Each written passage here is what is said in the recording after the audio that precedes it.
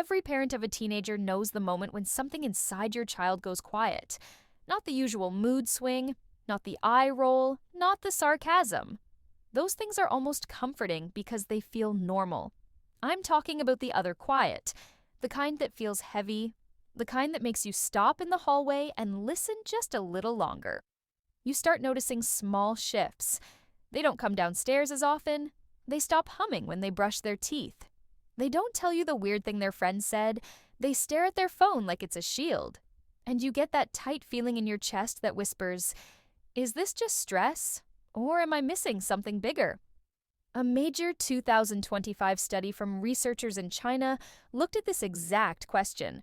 They followed more than 3,000 teenagers across several cities, teens who were already showing early signs of emotional strain.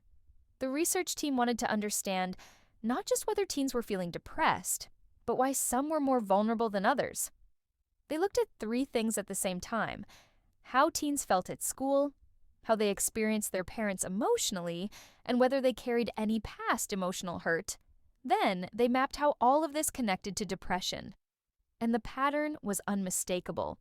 Teen depression in the study didn't appear suddenly. It followed a predictable chain, almost like falling dominoes. The first domino was often how the teen felt parented, not how loving the parent actually was, how loving the teen felt. Did they feel understood, or monitored, supported, or controlled? The second domino was school burnout, emotional exhaustion from constant pressure, especially when they felt they couldn't keep up. And the third domino was past emotional pain, moments that stuck with them longer than anyone realized. Once those three lined up, depression grew much more likely. Not immediately, not dramatically, but slowly, like a light fading. The study also found something important about gender differences. For girls, the combination of emotional hurt plus burnout was one of the strongest pathways into depression. For boys, burnout was still important, but feeling over-controlled or over-monitored at home amplified everything. Not because boys feel less, because boys in this sample reacted strongly to losing a sense of control. So, let's talk about what all this looks like in real life and what you can actually do. Imagine your teen coming home from school. They're not slamming doors or crying. They're not storming off or starting arguments. They're just flat. Like something inside is running on spare battery. Most parents react with questions meant to help. What happened? Did you talk to your teacher? Why didn't you start earlier? Do you want me to email someone?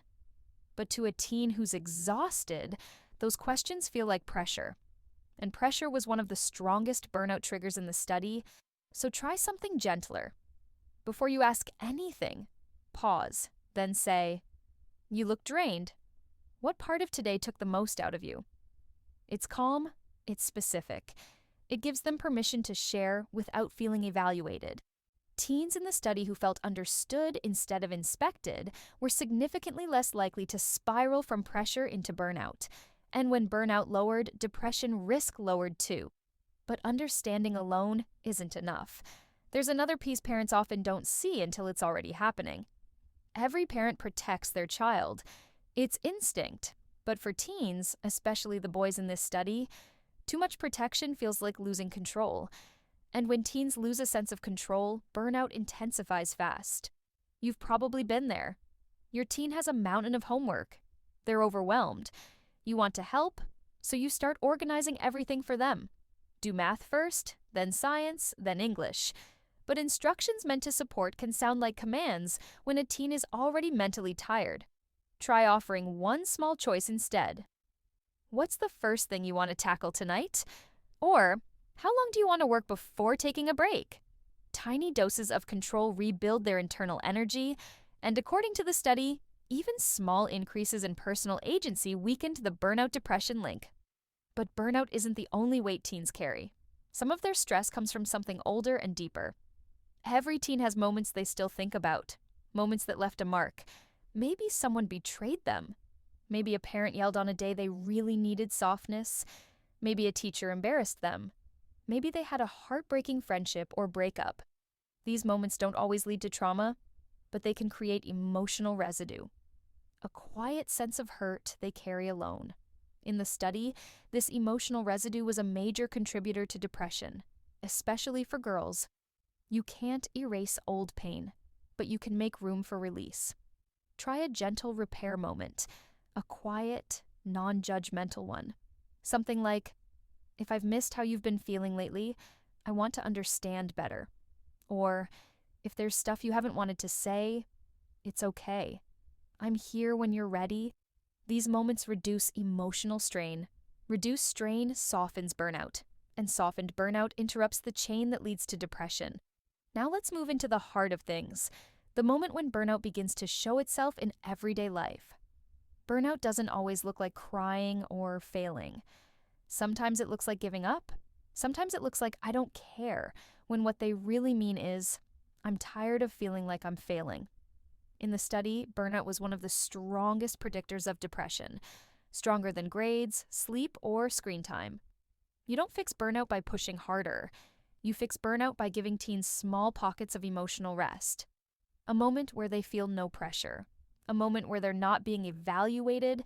A moment where they can just be themselves without needing to perform. Sit with them on the couch. Listen to their music. Take a short walk. Eat something together quietly. These tiny breaks rebuild the emotional energy burnout drains. And the study showed that renewed emotional energy lowered depression risk noticeably. And now we're ready for the final, most important framing, where the serious signs come in. Everything we've talked about so far helps with the early and middle stages of burnout and emotional strain, the space where parents have influence and where small daily shifts make a real difference. But there's a deeper level where the signs become more serious, and every parent needs to know what those look like. Not to scare you, not to overwhelm you, but to empower you. Because when you know the signs, you won't second-guess yourself. You'll know when you can support your teen at home, and when it's time to bring in someone who can help you carry the weight. Here's the truth the study doesn't shy away from. Some teens in their sample were struggling in ways that went beyond stress, beyond burnout, beyond the usual teenage storms. And the researchers make it clear, professional help matters when the signs shift from overwhelmed to at risk.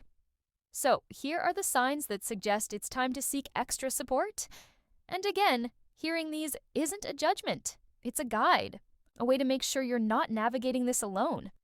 If your teen starts talking about wanting to hurt themselves, or says they don't want to be here anymore, or you find evidence that they've already tried, that is not a moment to wait or doubt your instincts. That's a moment to act now, not out of panic, out of love. Or if your teen pulls away from everyone they care about for weeks at a time, not days, but weeks, and stops doing the things they once cared about, that's another sign worth paying attention to. Not because withdrawal is dramatic, but because long-term isolation is one of the clearest markers of deeper struggle. If they start sleeping much more or much less than usual, or their appetite changes noticeably, or they seem constantly tired in a way that doesn't match their schedule, that's worth taking seriously too. The study found that exhaustion isn't always about school. Sometimes emotional pain shows up as physical heaviness. If they say things like, "I don't matter," "I'm a burden," "I'm tired of everything," or "nothing's ever going to change," those aren't teen attitude phrases. Those are signals that they're carrying too much alone. And if their grades drop sharply, not because they can't do the work, but because they can't start, or they stop turning things in, or they look defeated before they even sit down, that's not laziness. It's emotional overload. And it's another time when support from outside the home can make a huge difference. When you see any of these signs, the most loving thing you can do is bring in help. A doctor, a school counselor, a mental health professional, someone trained to handle the deeper layers of teen depression, not because you've failed, because you're doing the strongest thing a parent can do, building a bigger circle of safety around your child. But most teens don't start at that extreme point. Most start exactly where this study focused, with burnout, pressure, emotional hurt, and a sense of being misunderstood. And that means there is so much room for parents to shift the path long before it reaches a crisis. Let's pull everything together now. Your teen doesn't need perfection from you. They don't need a parent who solves every problem or predicts every emotion. They need someone who shows up with gentleness when things feel heavy, someone who makes home feel like warmth instead of pressure, someone who gives them small choices so they feel capable again, someone who listens before jumping in with solutions, and someone who knows when it's time to say, "We need a little extra help." And that's okay. The study showed that depression grows where burnout, emotional hurt, and pressure overlap. But it also showed that parents can interrupt that overlap, not with big dramatic changes, but with small, steady shifts. The softer tone, the extra moment of understanding, the bit of choice in a long day of demands, the gentle repair conversation, the quiet moment of rest. These things seem small, but they matter more than teens will ever admit. And they add up. They create space, they build resilience, they help your teen feel held instead of pushed. So tonight, try one thing. Not all of it, just one thing. Maybe it's a softer question, maybe it's giving them a little more control over their evening. Maybe it's sitting together without pressure, maybe it's opening the door to talk when they're ready. And if you're watching this because you're scared, because things feel heavier than usual, or because you see signs that something deeper is going on, please remember, asking for help is strength. It's care. It's protection. It's love in its most powerful form.